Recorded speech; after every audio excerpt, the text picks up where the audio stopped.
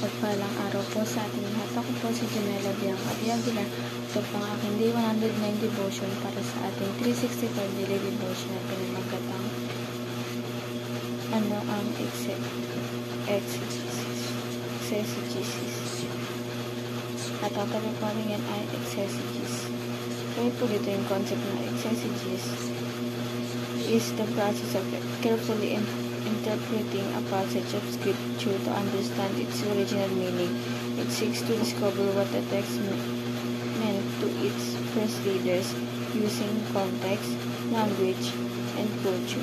This is different from eisegesis, which reads one's own ideas into the text. A good exegete honors God by letting the Bible speak for itself. True understanding leads to faithful living. At ang Bible verse po natin matatapon sa 2 Timothy chapter 2 verses 15. Do your best to present yourself to God as one approved, a worker who does not need to be ashamed and who correctly handles the word of truth. Sikapin mong maging kalugod-lugod sa paningin ng Diyos, isang manggagawang walang dapat ikahiya at tama ang paggamit sa salita ng katotohanan. At ang teachings po natin ay number 1, exegesis.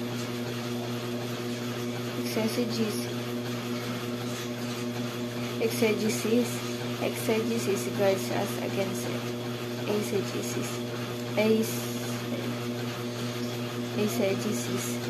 Ito po, ang pinangaiban po kasi yung exegesis, ito po yung nag-lead sa atin sa tama. Ito namang eisegesis, parang inaano tayo na parang iba naman yung tawag dito, iba naman yung gusto niyang gawin natin, kaya ginagard tayo ng para hindi natin lumagpa ang isang bagay na ito.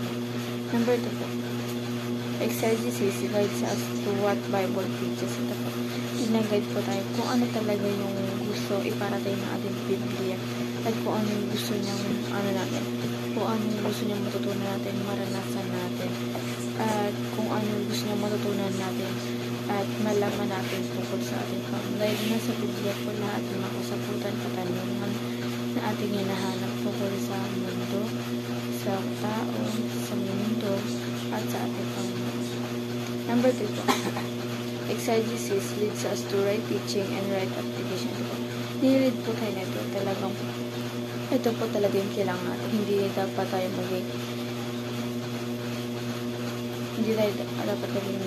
eisegesis kasi ililid lang tayo sa kamalian. Unlike sa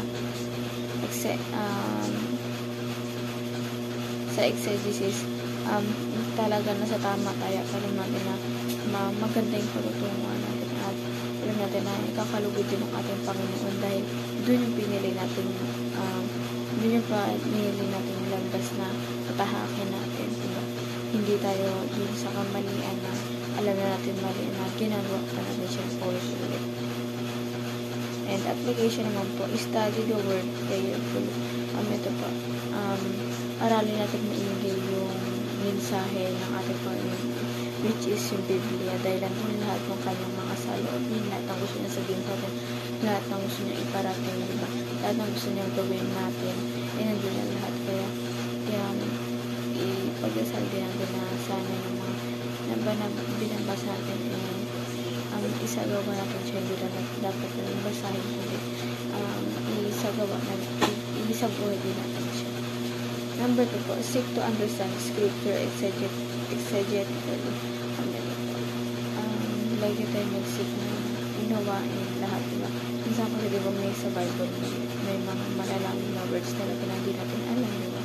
Kaya sikapin natin yun na alamin at unawain kung ano ba talaga yung tunay na kahulugan yun at ano ba ang pinaparating sa atin ng Panginoon. Lastly po, submit your opinions to God's truth. Ito po, submit your opinions to God's truth. Parang kung yung opinion natin, subject rin sa ating Panginoon, ipakonsulta rin natin kung tama ba yun. Kasi minsan diba, pag nagbabasa tayo ng Biblia kasi sinishare natin sa iba, parang pag may opinion na tayong binibigay, parang namamali na yung concept ng Biblia, mali na yung meaning. Kaya kailangan kahit may opinion tayo, tama pa rin at naayon sa ating Panginoon. Yun na lang po ang aking devotion ngayong araw. Sana po may tutunan kayo at huwag nyo po kayo mag-i-share at mga mahal sa buhay. God bless po sa atin.